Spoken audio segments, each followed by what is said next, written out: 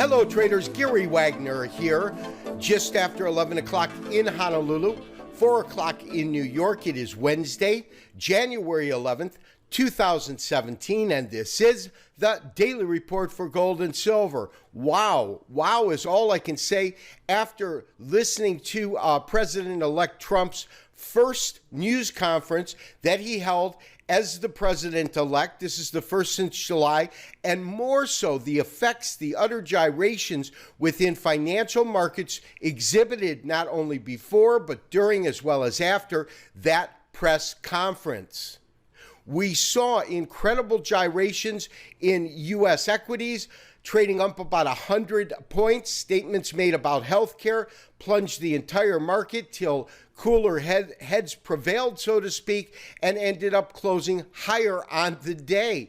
Gold, which had been trading lower throughout the evening session into the morning, kind of settling up at its peak, was up about $10 on the day. But as you can see, gold has settled up moderately and nicely, up about $6, $5.80 to be exact, to close at $11.9130. That is a 0.5% increase. Low on the day has been 77 and the high 98. So as you can see, we are starting to get an exaggerated level of volatility and gyrations within the market. Statements and tweets that are made by President-elect Trump absolutely matter, and they have an effect on our markets. Silver, mixed bag in precious metals, because silver actually closed lower on the day, closing off about 0.5% at 1677, puts it off about 8 cents on the day. The low on the day has been 1656 with a high of 1690. So traders, as I said at the beginning of our opening statement today, wow, if today is any indication of what we can expect in the weeks and months ahead as Donald Trump is sworn in as our 45th president, takes office, and starts to put pen to paper, so to speak, we could in fact see an increase in volatility, in market gyrations. We certainly saw that today.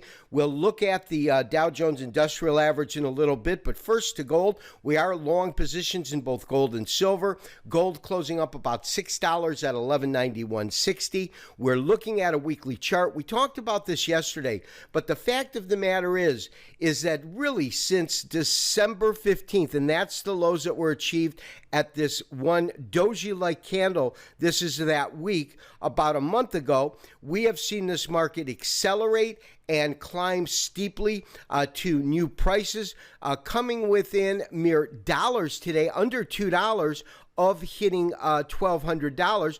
Of course, once the market does hit $1,200, that would really be the first time that we have seen the market run through this price since February of last year. And of course, we did touch those in terms of bottom pricing back, at the end of May, beginning of June of last year also. And that, of course, was as the market was moving to the yearly high that was achieved at 1380, and prior to this extended correction, this multi-month correction that was really the characteristics of the latter part of 2016.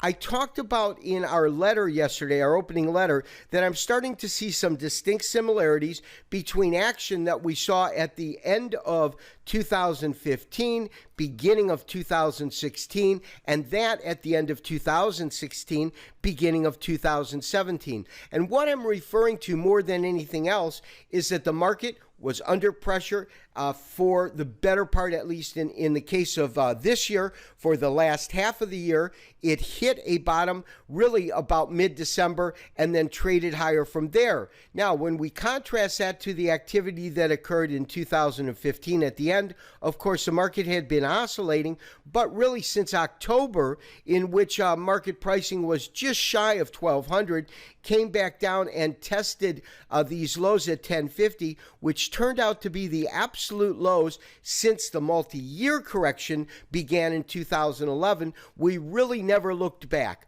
because from there we had a multi-month rally taking us to 1380. We had a multi-month correction, but most importantly, that multi-month correction terminated with a higher low than the previous low. Now, when we compare last year's high to the prior year before. Of course, we are looking at a scenario in which last year had a higher high in 2016 than we saw in 2015. And as you know, not only from my gold forecast 2017 that I put out just about a week ago, I am looking at a high probability that we will see a price point of 1380 taken out at some point during calendar year 2017.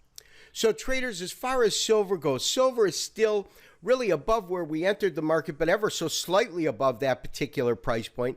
We talked about the fact on yesterday's show that silver, of course, it has been reacting differently than gold. We've noted that over the last couple of months, but we noted yesterday that over the last, say, month or so, we can characterize market trading activity with a bearish bias, bottoming in the same way that gold did in 2016, the end of that, beginning of 2017. And when we look at the channel lines, which is labeled as a linear regression in E-signal, we talked about the fact that we were getting near the top of this particular point, and it would be interesting to see if we broke above that over the next couple of days. Well, it only really took a day for us to get the news, and at least for right now, we have softened, trading near the midpoint of these channel lines, and I'll be interested to see if gold continues to track higher, as I believe it certainly could, whether or not silver will follow suit. My suggestion and recommendation is to maintain our current longs, both in gold and silver, maintain our current stop level. I will be looking to move these stops up sooner than later. We have now some distance, especially in gold, between our entry price and current price, and that's when I start to look for any kind of a pullback as a period in which I'll see where support lies at. I am looking at support at minimum of 72, and that, of course, is a 61% retracement. The gyrations also affected U.S. equities. U.S. equities gaining back the majority of the ground that they lost just following President-elect Trump's statements made by healthcare, which took the entire market down. Dow Jones Industrial Average closing up about 100 points on the day, a 0.5% gain at 19,954. The high today, which was achieved prior to the press conference, was 19,973. So once again, within striking distance of that elusive number, a new record high in the Dow at 20,000. Now, NASDAQ has been on fire, and now for the fifth or sixth day in a row, we have it going to a new historical, a new record high, closing up about 0.33% at 50.46. This, of course, being the NASDAQ 100 E-mini. The dollar also gyrating tremendously and falling under pressure after being higher in overseas trading, closed off about 0.25% at 101.77. And finally, we saw oil rebound after really selling off hard for the last couple of days, gaining almost 3% on the day, about $1.50 per barrel, to close well above 51 at 52.30. There's no doubt statements made, tweets sent by Donald Trump matter. They have an effect on the market. They have a direct and specific effect. Now, in terms of the dollar index itself, it traded to a high today of 102.95, call it 103. And we're looking at a monthly chart. Let me go ahead and convert this. But just before I convert this, the only reason I really wanted to pull this up and show you this is A, on a monthly basis, the resistance, and B, really that the candlestick that's forming on a monthly chart, it can really be interpreted as a shooting star. Now, with that in mind, I want to move to a daily chart so you can really see the gyrations that we saw today in the marketplace. Look at this range from 103 on the top to 101.24 on the bottom. That is a tremendous range. We're looking at swings in the dollar that amount to 1%, 1.25%, 1.5% on a daily basis. That is extreme. Market still did close under pressure.